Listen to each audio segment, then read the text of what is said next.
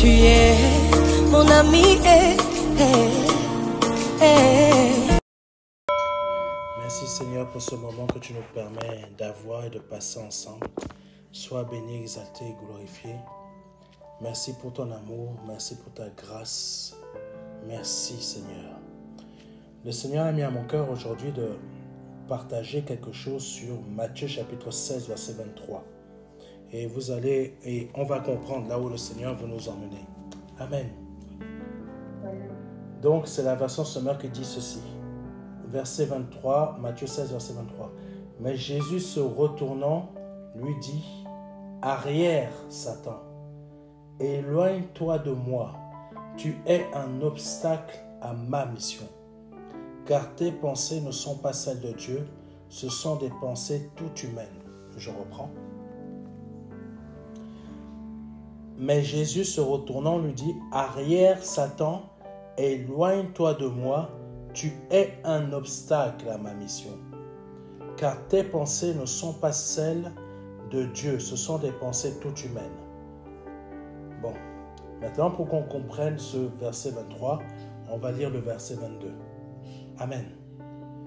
Verset 22. Alors Pierre le prit à part et se mit à lui faire des reproches. Écoutez bien ça, hein? Des reproches. Que Dieu t'en préserve, Seigneur. Cela ne t'arrivera pas. Maintenant, on fait le sens inverse. Hein? On passe du 23 au 22.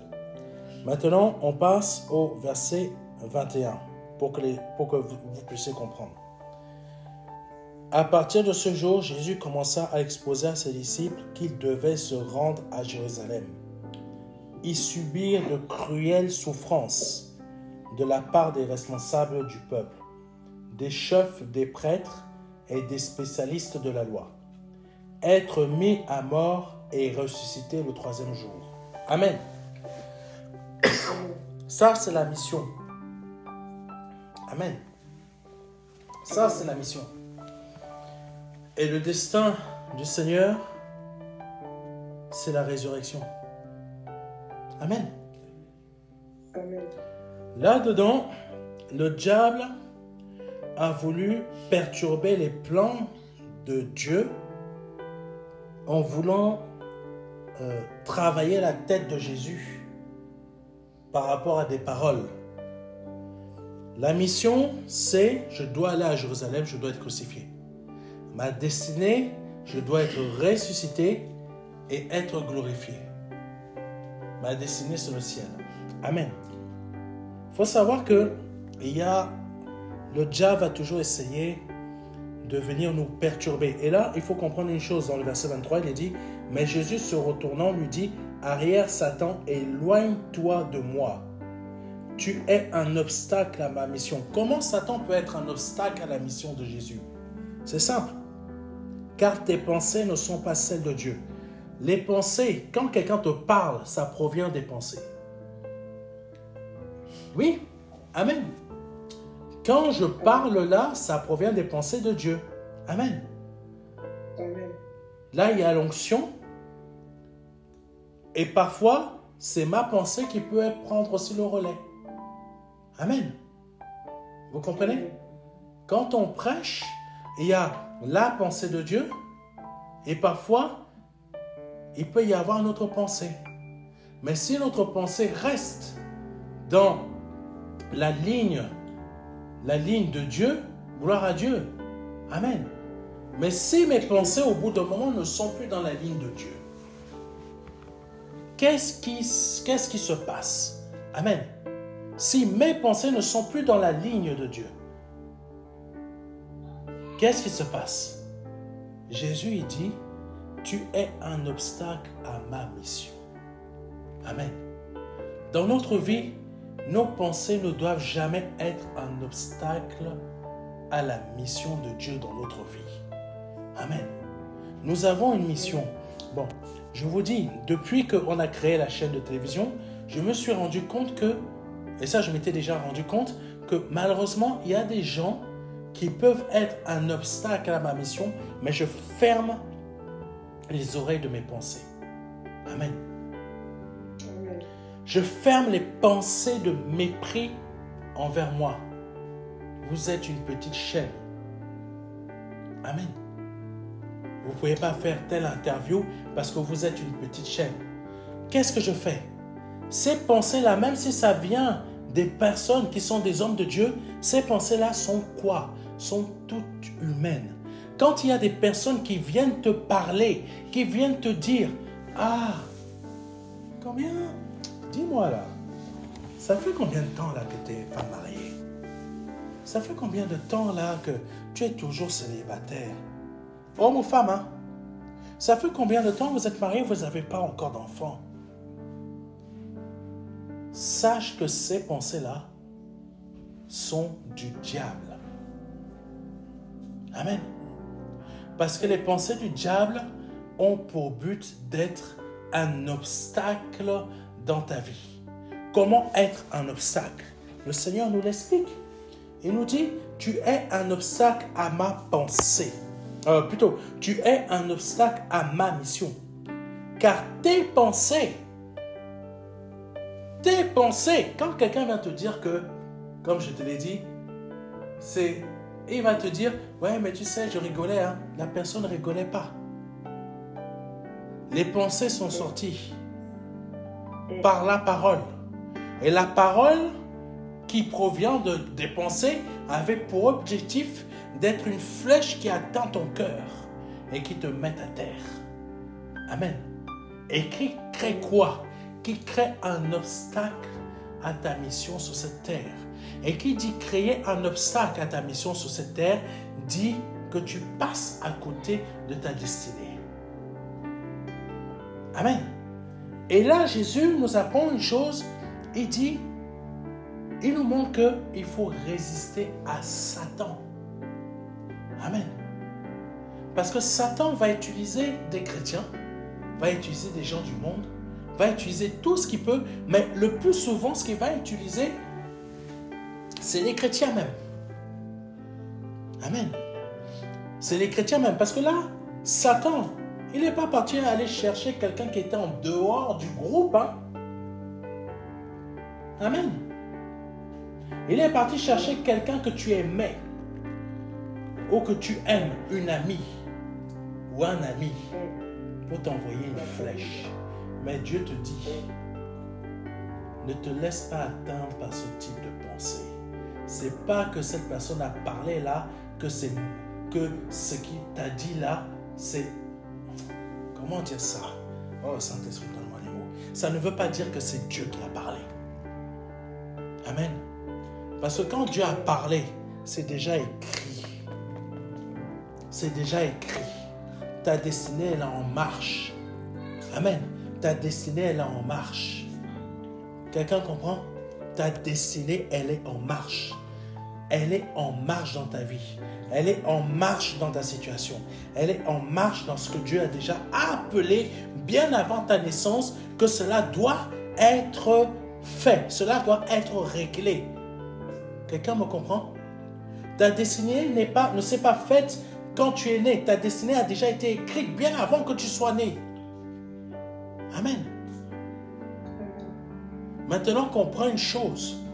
Ne laisse pas les paroles des gens, frères ou sœurs en Christ, ou frères de la famille, ou cousins, je ne sais pas quoi, venir être un obstacle à ta mission. Amen. Parce que là, la mission de Jésus, si Jésus avait laissé Satan être un obstacle à sa mission, Jésus allait être déstabilisé dans sa foi. Qui dit déstabilisé dans sa foi? Déstabilisé dans l'onction. L'onction ne peut plus être maintenue. Quelqu'un me comprend? L'onction est maintenue quand toi-même, tu ne te laisses pas déstabiliser. Ça veut dire que tu sais déjà que tu as la victoire. Jésus savait qu'il avait la victoire et Jésus savait que ça c'est ma mission. Parce que ma destinée, elle est déjà créée, elle est déjà écrite. Quand ta destinée est déjà écrite, et je veux dire à chacun d'entre nous et à chaque personne qui nous écoute, quand ta destinée est déjà écrite, ne te laisse pas perturber dans ta mission. Parce que ta destinée est déjà écrite. Elle est déjà faite. Amen. Personne ne peut l'effacer. On parle de prédestination. Amen. Sache que tu es prédestiné. Ta destinée, prédestination. Amen. Jésus était prédestiné à réussir. Non, je crois que tu ne m'as pas compris. Tu es prédestiné à réussir, à être une réussite, à être un succès, à être la tête. Tu es destiné à ça. Amen. Tu es destiné à ça. Satan n'a pas le pouvoir de réussir à te perturber dans ta mission. Amen. Parce que le but de perturber ta mission, c'est quoi? C'est de te déstabiliser pour que tu ne crois plus que tu es prédestiné. Amen. Si tu crois que tu n'es plus prédestiné, qu'est-ce qui se passe? Toute ta vie c'est comme si le sol sur lequel tu es en train de marcher s'écroule et toi tu tombes. C'est ça que le diable il veut. Il n'a pas réussi avec Jésus. Pourquoi? Parce que Jésus savait qu'il était prédestiné. Il ne va pas réussir avec toi. Après que tu aies compris ce message, il ne réussira pas avec toi. Parce que tu auras compris que tu es déjà prédestiné. Amen. Parce que tu auras compris que tu es déjà prédestiné. Amen. Je suis prédestiné pas parce que je l'ai choisi, mais parce qu'on me l'a donné comme cadeau. Amen. Mon destin, c'est ça. Mon destin n'est pas l'échec. Mon destin n'est pas la queue. Amen. Amen. Donc, c'est pour cela que Jésus, il nous apprend par là à comprendre que on doit résister à Satan au travers des hommes. Je vais vous dire une parole. Il y a quelques années, quand j'étais à l'église Rencontre Espérance à Porte-Dorée, l'évangéliste Archange Ténégré, il avait dit une chose. Un membre de sa famille, je ne sais plus qui c'était exactement, un membre de sa famille, donc une femme, lui avait dit quelque chose. Mais quelque chose qu'il avait discerné que ça venait du diable. Mais quelque chose à but de le détruire, blesser. Qu'est-ce qu'il a pris? Qu'est-ce qu'il a fait? Il s'est levé et il a parlé à Satan au travers du membre de sa famille. Il lui a dit, arrière de moi Satan, je lis tes paroles, je les rejette et je les chasse au nom de Jésus-Christ. N'ayons pas peur. C'est pas parce qu'on est chrétien qu'on est tout blanc, tout... Non, non, non. Parfois, le diable peut se servir d'un frère ou d'une sœur pour venir blesser ton cœur. Et là, tu dis, arrière de moi, Satan, tu es un obstacle à ma mission. Tu ne perturberas jamais les plans de Dieu dans ma vie. Et tu n'empêcheras jamais ma prédestination. Tu ne détruiras jamais ma destinée. Amen. Amen. Parce que le diable est un esprit. L'esprit agit par nos pensées. Parce que nos pensées, c'est pas la matérialisation. C'est la... Comment dire ça? Nos pensées, il faut savoir que nos pensées, c'est notre esprit. C'est vraiment la partie où on sait qu'on porte un esprit en nous. Amen. On porte un esprit en nous. Et Dieu, quand il nous parle, il nous parle comment? Il nous parle dans nos pensées. Nos pensées, ça nous permet à la fois de voir des images. Amen. D'avoir des réflexions. De méditer. Et de parler en nous-mêmes. Et d'imaginer même le projet, de voir qu'un projet va se faire. C'est aussi l'espoir, l'espérance. Amen. C'est aussi le lieu où Dieu va te parler. Quand tes pensées, en fait, c'est ton esprit. On devrait plutôt dire que mes pensées, c'est plutôt mon esprit. Amen. Quand mon esprit n'est plus mon esprit, c'est plutôt l'esprit de Dieu. Parce que dans les faits, ça ne doit plus être notre esprit, comme si on est individuel, mais plutôt, je suis l'esprit de Dieu. Quelqu'un me comprend? Amen. Amen. Je deviens l'esprit de Dieu. Je suis l'esprit de Dieu. Je ne pense plus Serge. Serge, c'est mort à la croix. Je pense Esprit Saint. Je pense Saint-Esprit. Amen. Et quand je pense en moi-même, je pense dans le cœur de Dieu. Quelqu'un me comprend? Et l'Esprit de Dieu que je suis sonde le cœur de Dieu pour m'emmener au projet que Dieu a. Oh, Jésus. Si on arrivait à comprendre ça, on arrêterait de se battre nous-mêmes contre Dieu lui-même. J'ai mes projets, mais Dieu, ce n'est pas ces projets-là. Amen. Dans les faits, on n'a pas besoin d'un homme pour nous aider à réussir. Je crois que tu ne m'as pas compris. Dans les faits, on n'a pas besoin d'un homme pour réussir. C'est la réalité, hein?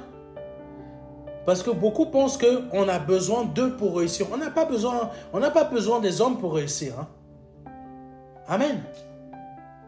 Amen. Tu as et nous avons besoin de devenir le Saint-Esprit. La pensée même de Dieu. La vie même de Dieu. Et quand nous devenons cela, Dieu crée autour de nous des aides. Amen. Dieu va créer autour de nous des aides. Comme Dieu a donné des aides à David. Qui étaient ces aides? Les 400 guerriers. Qui sont ces 400 guerriers? Des hommes. Mais pour que David ait ces 400 guerriers, il a fallu que David puisse comprendre que mon aide ne me viendra pas des hommes, mais me viendra de toi. Quelqu'un me comprend? C'est important. C'est important.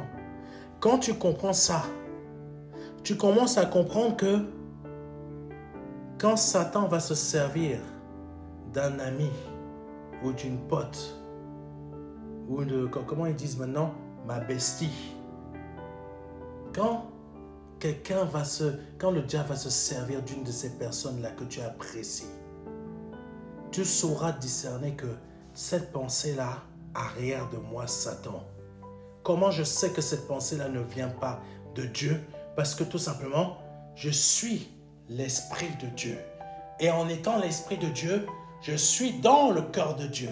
Parce qu'en étant l'Esprit de Dieu, je vois les pensées de Dieu pour ma vie, pour la mission qu'il m'a donnée et pour l'amour qu'il a créé pour moi, qu'il a fondé pour moi au travers de son Fils Jésus-Christ de me prédestiner.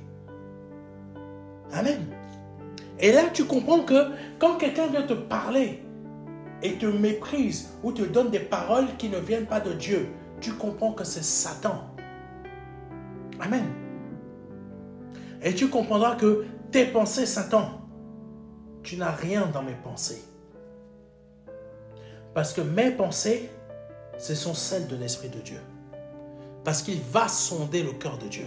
Donc quand le Saint-Esprit va sonder le cœur de Dieu, c'est moi qui vais sonder le cœur de Dieu. Pas moi dans le sens humain. Je parle du Saint-Esprit, on est devenu un. Je suis un en Christ. Je suis un dans le Père. Je suis un dans le Saint-Esprit. Amen. Nous formons tous un. Tous un. Amen. Et nous sommes dirigés par la même source. Et cette même source va nous montrer que je ne vais pas me laisser déstabiliser. Une situation ne pourra plus nous déstabiliser. Parce que les situations, c'est quoi aussi? Les situations, ça joue dans quoi? Ça joue dans les pensées. Amen. Les situations jouent dans quoi? Elles jouent dans les pensées. elle ne joue pas dans le corps. Amen. Amen. Maintenant, le corps, quand il est malade, il joue dans quoi? Dans les pensées. Amen. Amen. L'argent n'est plus quelque chose de physique, c'est quelque chose de comment dire ça? C'est abstrait, c'est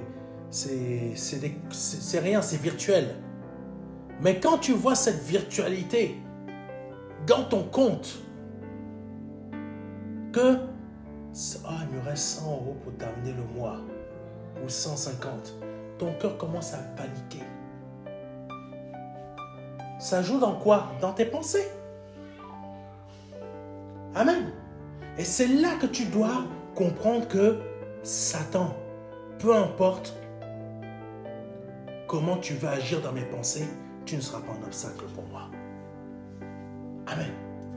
Tu ne seras pas un obstacle pour moi. Même si tu restes 150, je te dis, 150 €, tu termineras le mois. Parce qu'avec 150 €, tu termineras le mois, je te l'assure, par le nom puissant de Jésus-Christ de Nazareth. Pourquoi? Parce que quand tu es un avec le Saint-Esprit, par son onction, multiplie. Tu ne sais pas comment. Tu termines le mois avec 150. Tu termines le mois, si tu as 200, tu termines avec 200. Si surprise arrive, quand je dis surprise, imprévu arrive, tu termineras quand même. Parce que Dieu n'abandonne jamais un de ses oints. Amen. Et son oint, qu'est-ce qu'il fait? Son oint est en unité avec lui et ne laisse pas ses pensées être perturbées. Amen. C'est pour cela que quand Jésus-Christ il a dit, quand Pierre est venu, Jésus-Christ a compris que c'était Satan. Et il a dit à Satan, arrière de moi parce que tu es un obstacle à ma mission. Car tes pensées ne sont pas celles de Dieu. C'est ce que nous venons de voir depuis tout à l'heure là. Tes pensées ne sont pas celles de Dieu. Quand le gouvernement nous parle à la télé, qu'est-ce qu'est la télé? Qu'est-ce qu'elle transmet, la télé? Elle transmet quoi? Des pensées. Qu'est-ce que ton travail te transmet? Même si c'est des choses physiques. Ah, tu sais, hein, on a préféré quelqu'un d'autre à ta place. C'est quoi? Ça joue dans tes pensées. C'est quoi qu'on te transmet? Des pensées pour jouer sur tes pensées. Amen. Amen. Tout cela sont des choses spirituelles afin de te briser. Mais sache une chose, aujourd'hui, Satan ne sera plus un obstacle à ta mission. Amen. Aujourd'hui, Satan ne sera plus un obstacle à ta mission. Parce que tu as compris que tes pensées, ce sont ton esprit. Et ton esprit, c'est le Saint-Esprit. Et les pensées du Saint-Esprit sont les tiennes. Ne sont pas celles du diable. Amen. Même si on vient te dire à ton travail, telle mauvaise nouvelle, telle chose qui peut concerner ton avenir professionnel. Voilà. Je suis peinard. Parce que tout simplement, le Saint-Esprit, c'est moi. Quand je dis c'est moi, hein, c'est pas moi dans le sens Serge. Hein, je dis tout simplement mon esprit, c'est l'esprit du Saint-Esprit. Amen. Et l'esprit du Saint-Esprit m'emmène à faire quoi? À être tranquille et calme dans mes pensées. Parce que quand l'Esprit Saint dit dans la tranquillité, le calme et la confiance, je suis ta force, ça veut dire quoi? Dans la tranquillité, le calme et la confiance dans ton esprit. Amen. Si ton esprit reste calme, ton corps va rester calme. Amen. Peu importe que ton corps peut réagir. Merci Saint-Esprit. Ton corps peut réagir à... Il peut avoir la tension. Ce n'est pas grave. Mais ton esprit est calme. Amen. Jusqu'à ce qu'un moment, un jour, ça peut mettre des années, ton corps va suivre la pensée de ton esprit. Amen. Il ne sera plus sous tension. Il va rester calme. Ton sang ne va même pas monter en flèche en hauteur. Ton sang va rester aussi calme que ton esprit. Amen. Parce que ton sang, ça a à voir avec l'âme. L'âme, c'est la vie. Ça veut dire que ton sang peut rester calme. Amen. Ta tension peut rester à 12 ou 13, je crois que c'est la limite. 12, 13, c'est la limite, c'est ça qui est bon. Ta tension peut rester à ça. Même si tu as un gros problème, ta tension reste calme. Pourquoi? Parce que tu as compris que c'est dans ton esprit que tu dois rester confiant. Amen.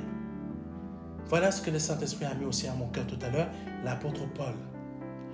L'apôtre Paul avait compris quelque chose de très important. Quand le serpent a mordu, après le naufrage, quand ils sont arrivés dans l'île, je ne sais plus quelle île c'était, le serpent a mordu son bras. L'apôtre Paul ne s'est pas agité à gauche, à droite. « Oh, le venin là va me monter à la tête. Oh, je vais mourir. » Non. Pourquoi l'apôtre Paul n'a pas fait ça? Parce que tout simplement, il avait compris que dans son esprit, mes pensées, tes pensées, ce sont ton esprit. Comprends ça, il faut vraiment le comprendre. C'est la réalité spirituelle de ton être qui est corps, âme et esprit. Amen. La pensée, c'est ton esprit. Qu'est-ce qu'il a fait? Il est resté tranquille. Il savait que c'est pas ma destinée de mourir de la morsure d'un serpent. Amen. C'est pas ma mission de mourir ici. Je veux dire à quelqu'un, c'est pas ta mission de mourir n'importe comment. Amen. C'est pas ta mission de mourir n'importe comment. C'est pas ta mission de mourir vieille fille. C'est pas peut-être des personnes t'ont dit que tu vas être vieille fille, mais moi je te le dis. C'est pas ta mission. Amen. Tu as déjà une mission.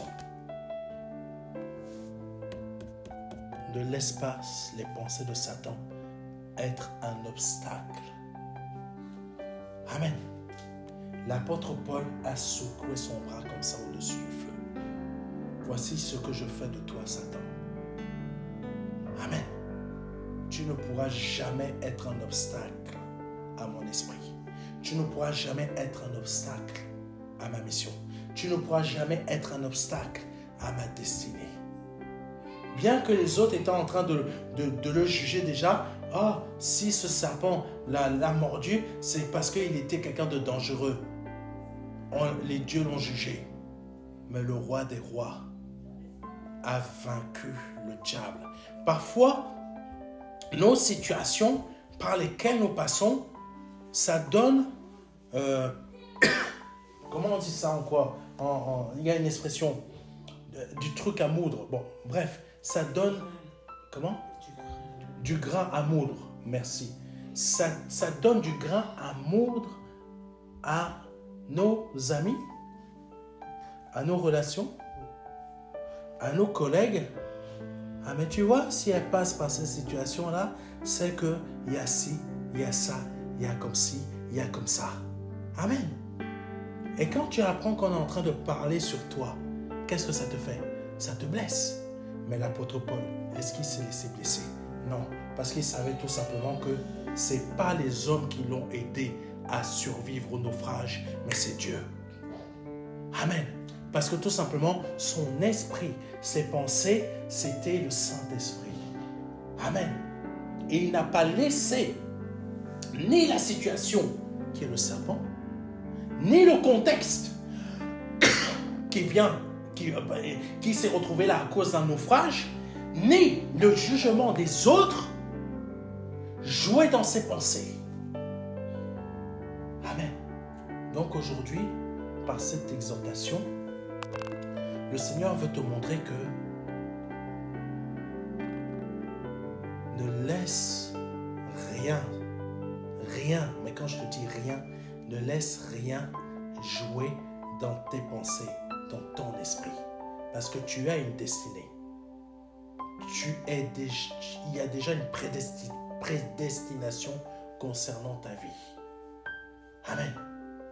C'est l'apôtre Paul qui en parle. Donc ne laisse pas ces pensées-là être un échec pour toi. Parce que ton succès est déjà écrit. Amen. La situation, ne laisse pas la situation jouer sur ton moral. Ne laisse pas la situation jouer sur tes pensées, sur tes décisions ou sur le fait même d'abandonner. L'abandon est une forme d'obstacle. Amen. Je ne vais plus faire ça. Je laisse tomber. C'est un obstacle que tu crées, que tu laisses Satan créer dans ta vie. Ne le laisse pas créer ces obstacles-là. Amen. Que Dieu soit béni, que Dieu soit glorifié. Merci Seigneur pour cette exhortation. Je crois que tu as béni beaucoup de personnes et tu vas encore bénir beaucoup d'autres. Au nom puissant de Jésus-Christ de Nazareth. Je déclare dans la vie de quelqu'un que tu es déjà prédestiné et que les obstacles de Satan ne joueront jamais dans ta vie parce que tu ne laisseras jamais, pas de ta propre force, mais le Saint-Esprit va combattre avec toi parce qu'il est dit dans la parole de Dieu, celui qui est en moi est plus fort que celui qui est dans le monde. Et le monde agit comment? Agit par les pensées du diable. Et les pensées du diable n'agiront pas en toi par les situations, par les complexités, par les contextes des moments où tu te trouves, par les différentes paroles, etc., etc. Ou même par des choses que tu peux prendre comme étant des signes qui sont tout simplement des signes à but de te briser. Il y a ça aussi. Amen. Ou tout simplement des choses aussi que, on veut me voler ma destinée, ou on veut voler mes rêves, ou on veut me voler, l'autre là-bas est venu avec un talisman. Tout ça ne doit pas jouer dans tes pensées. Parce que tu es déjà prédestiné, tu es déjà un succès, tu es déjà une réussite. Et je prie que par le nom puissant de Jésus-Christ de Nazareth, à cet instant, tu sois renouvelé dans ton esprit, renouvelé et surtout fortifié afin de comprendre réellement que le diable n'a pas de pouvoir sur toi. Au nom de Jésus-Christ. Si c'est la première fois que vous entendez un de mes messages et souhaitez vous donner au Seigneur Jésus-Christ, je vous invite à répéter après moi. Seigneur, je te demande pardon pour mes péchés, pardon pour ce que j'ai pu dire ou pu faire qui n'a pas été à ta gloire. Je reconnais que tu es Dieu. Je reconnais que tu es mon Dieu maintenant. Je reconnais que Jésus-Christ est ton Fils, mais qu'il sort de toi et qu'il est Dieu. Que tu l'as formé un corps, qu'il est mort à la croix pour moi, qu'il a versé son sang précieux et innocent à la croix pour moi, pour la rémission de mes péchés. Je déclare qu'à cet instant, je me suis repenti de mes offenses, de mes péchés et de ma vie passée. Et je t'ai demandé et je te demande pardon. Je crois qu'à cet instant, je suis une nouvelle créature, une nouvelle personnalité, un nouvel esprit, un esprit né de nouveau, non par lui-même, mais par toi à cet instant, au nom de Jésus-Christ. Amen. Si vous venez de répéter cela avec foi et confiance, vous venez de passer de la mort à la vie, envoyez-nous rapidement un mail à contact@ministère-de-la-réconciliation.fr. C'était le pasteur Serge Brun et à vendredi prochain. Amen.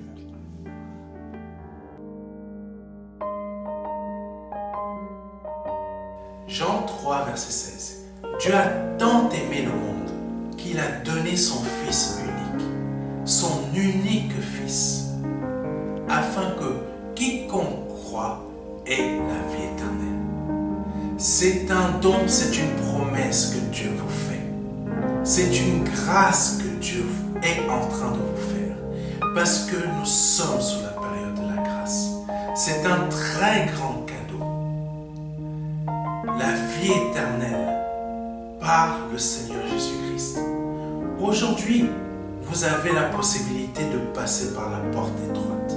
Parce que le royaume des cieux vient frapper à votre porte. Oui, je vous le dis. Le royaume des cieux vient frapper à votre porte. C'est un grand cadeau que l'Éternel vous fait. Vous avez la possibilité de l'accepter. De dire oui, Seigneur, je t'accepte mon seul Seigneur et Sauveur. Je t'accepte comme mon Dieu. J'accepte de t'ouvrir la porte de mon cœur afin que tu rentres dans ma vie et afin que je me libère de mes péchés et que je les confesse devant toi et que je me répands de ma vie passée, de ces offenses, de toutes ces choses que je confesse devant ta face aujourd'hui. Je reconnais qu'il faut que je passe par cette porte étroite. Cette porte étroite dont le nom est Jésus. J'accepte de te donner ma vie aujourd'hui. Le Seigneur vous appelle à le faire aujourd'hui afin que vous puissiez passer de la mort à la vie. Parce qu'aujourd'hui est peut-être votre dernier jour. Vous ne le savez pas. Peut-être aujourd'hui, c'est le jour où le Seigneur vous appelle à vous donner à lui, à donner votre vie au seul Dieu, au seul et unique Dieu, le Dieu vivant et vrai. Vous avez la possibilité de le faire aujourd'hui parce que c'est la seule porte qui existe. C'est une porte étroite. C'est une porte qu'il faut emprunter pour pouvoir accéder au salut. Vous avez la possibilité aujourd'hui de l'emprunter en nous contactant à contact@ministère de la réconciliation.fr. Vous avez la possibilité aujourd'hui de recevoir un livret numérique de notre part qui va vous aider dans cette démarche afin que vous puissiez accéder à la vie éternelle.